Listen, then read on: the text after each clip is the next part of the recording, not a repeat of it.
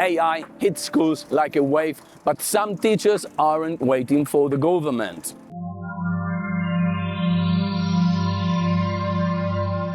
You know when a tsunami hits and no one even built a small wall? That's what happened with artificial intelligence. It entered schools uninvited and changed everything.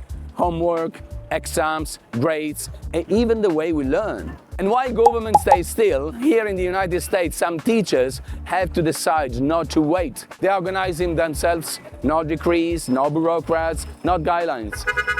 They talk, they meet, they train each other. They've realized that teaching responsibly, which AI doesn't need a policy, it needs a community first. In a few months, the movement exploded here in the US. From dozens of thousands of teachers across hundreds of schools. They organize workshops, internal courses, open discussions. They share real experiences. How to use AI to write better, grade more fairly, and teach students to tell a human mind from an algorithm. And it's all bottom-up, no reform, no national plan, just the will of those who walk into classroom every day, knowing the point isn't to ban AI, but to understand it. Here's the truth, because technology moves fast and education can't lag behind. But the solution won't come from ministries. It's already coming from teachers themselves.